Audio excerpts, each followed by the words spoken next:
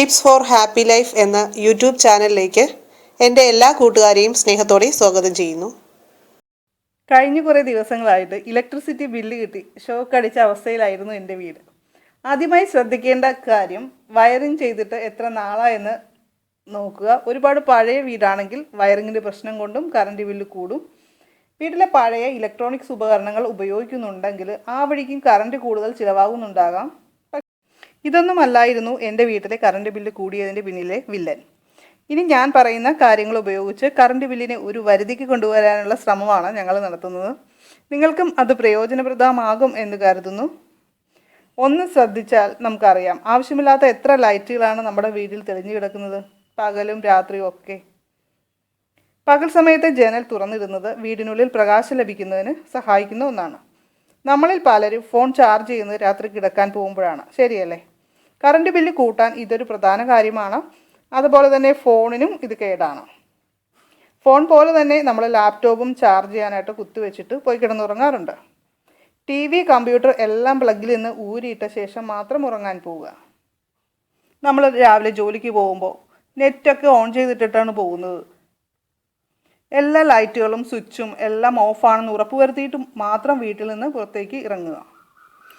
കറണ്ടിൻ്റെ ഉപയോഗം കുറയ്ക്കാനായിട്ട് നമുക്ക് CFL ലാമ്പുകളും അതുപോലെ ട്യൂബ് ലൈറ്റുകളും ഒക്കെ ഉപയോഗിക്കാം. പ്രകാശവും നന്നായിട്ട് കിട്ടും.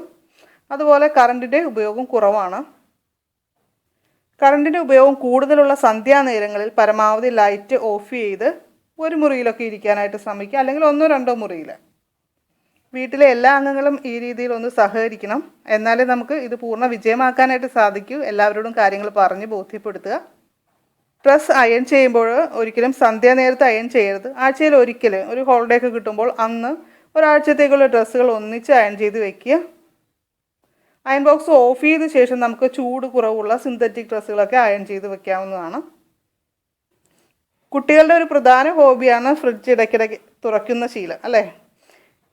ഇത് നമ്മുടെ കറണ്ടിൻ്റെ ഉപയോഗം കൂട്ടുകയാണ് ചെയ്യുന്നത്. കംപ്രസർ കൂടുതൽ സമയം പ്രവർത്തിക്കേണ്ടതായിട്ട് വരുന്നുണ്ട് ഈ സാഹചര്യത്തിൽ. ഫ്രിഡ്ജിൻ്റെ മുകളിലും ഉള്ളിലുമൊക്കെ ആവശ്യമില്ലാത്ത ഒത്തിരി സാധനങ്ങൾ വെച്ചിട്ടുണ്ടാകും. അതൊക്കെ എടുത്തു മാറ്റുക. ഫ്രിഡ്ജിൻ്റെ കൂൾനെസ് നിലനിർത്താനായിട്ട് എപ്പോഴും വായു സഞ്ചാരമുള്ള ഇടത്ത് വേണം ഫ്രിഡ്ജ് വയ്ക്കാനായിട്ട് എന്നാണ് പറയുക. നമ്മൾ ഭിത്തിയോട് ചേർത്ത് ആണ് ഇട്ടിരിക്കുന്നതെങ്കിൽ അതൊന്ന് റീഅറേഞ്ച് ചെയ്യുക. ഫ്രിഡ്ജ് ഇടയ്ക്കിടെ ഓഫാക്കി വെച്ചിട്ട് ഓണാക്കുന്ന ശീലമുണ്ട്, കറണ്ട് ചാർജ് ഒന്ന് കുറയട്ടെ എന്ന് കരുതി. പക്ഷേ അങ്ങനെ ഓഫാക്കി വെച്ചിട്ട് നമ്മൾ അന്നേ ദിവസം തന്നെ ഓൺ ചെയ്യുന്നുണ്ടെങ്കിൽ ഓവർ കറണ്ടാണ് ചിലവാകുന്നത്. പലരും കറിയൊക്കെ വെച്ചിട്ട് കൂടുതൽ വെച്ചിട്ട് എടുത്ത് കുറച്ച് ഫ്രിഡ്ജിലേക്ക് എടുത്ത് വെക്കുന്ന ശീലമുണ്ട്. പക്ഷെ അങ്ങനെ വെക്കുമ്പോൾ നമ്മൾ ശരിക്കും തണുത്ത ശേഷം മാത്രമേ ഫ്രിഡ്ജിൽ വെക്കാവുള്ളൂ. പിറ്റേ ദിവസത്തേക്കുള്ള കറികളൊക്കെ ആണെങ്കിൽ നന്നായിട്ട് പുറത്തിരുന്നൊന്ന് തണുത്ത ശേഷം മാത്രം വയ്ക്കുക. അതുപോലെ തന്നെ ഫ്രിഡ്ജിലെ ടെമ്പറേച്ചർ സെറ്റിങ്സ് എങ്ങനെയാണെന്ന് ശ്രദ്ധിക്കേണ്ടത് ഒരു അത്യാവശ്യമാണ്. ഇൻസ്റ്റൻറ്റ് ഐസ് ക്യൂബ്സ് ഒക്കെ ഉണ്ടാക്കുവാനുള്ള സെറ്റിങ്സിലൊക്കെയാണ് കിടക്കുന്നതെങ്കിൽ ഫ്രീസറിൽ ഒരുപാട് ഐസ് ഫോം ചെയ്യുന്നത് ഞാൻ കണ്ടിട്ടുണ്ട്. അത് കഴിഞ്ഞ് നമ്മൾ ഉടനെ ഡീഫ്രോസ്റ്റ് ചെയ്യുകയും ചെയ്യും. ഇതൊക്കെ കറണ്ട് ചാർജ് കൂട്ടുന്ന കാര്യങ്ങളാണ്. നമുക്ക് ആവശ്യമുള്ള സെറ്റിങ്സിൽ ഇടുക. AC ഉപയോഗിക്കുന്നവരും പ്രത്യേകം ശ്രദ്ധിക്കേണ്ടതുണ്ട്. AC യൂസ് ചെയ്യുന്ന മുറിയിൽ നിന്ന് പുറത്തേക്കുള്ള എയർ ഹോൾസുകളൊക്കെ ഉണ്ടെങ്കിൽ അതൊക്കെ അടയ്ക്കണം. ഇല്ലെങ്കിൽ കൂടുതലായിട്ട് തണുപ്പ് പുറത്തേക്ക് പോകാനും ആ രീതിയിൽ കറണ്ട് ചാർജ് കൂടാനും സാധ്യതയുണ്ട്. അതുപോലെ ആ റൂമിൽ സാധനങ്ങൾ കുത്തി നിറച്ച് വെച്ചിട്ടുണ്ടെങ്കിൽ അതൊക്കെ എടുത്തു മാറ്റുക. AC-യെക്കുറിച്ച് പറയാനാണെങ്കിൽ മാസത്തിൽ ഒരിക്കലെങ്കിലും എയർ കണ്ടീഷൻ്റെ ഫിൽറ്റർ വൃത്തിയാക്കണമെന്നാണ് കമ്പനി പറയുന്നത്. പക്ഷേ ഇത് നമ്മൾ ആരും തന്നെ ചെയ്യാറില്ല. അതൊരു പോസിബിളായ കാര്യമല്ല എല്ലാ മാസവും സർവീസിന് വിളിക്കുന്നത് എന്നുള്ളത്. പക്ഷേ 6 മാസം കൂടുമ്പോഴെങ്കിലും ഒന്ന് ചെയ്താൽ നന്നായിരിക്കും. ഇത്രയും കാര്യങ്ങൾ ഒന്ന് ശ്രദ്ധിക്കുകയാണെങ്കിൽ തീർച്ചയായും നമുക്ക് കറണ്ട് ചാർജ് കുറയ്ക്കാൻ സാധിക്കും.